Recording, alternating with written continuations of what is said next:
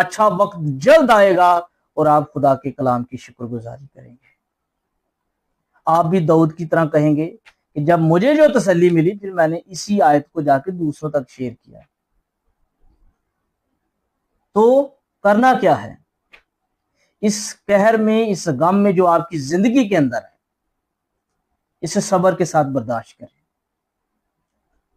क्या कहता है वो, कहर दम भर का, रात को चाहे रोना पड़े लेकिन सुबह को खुशी की नौबत आएगी।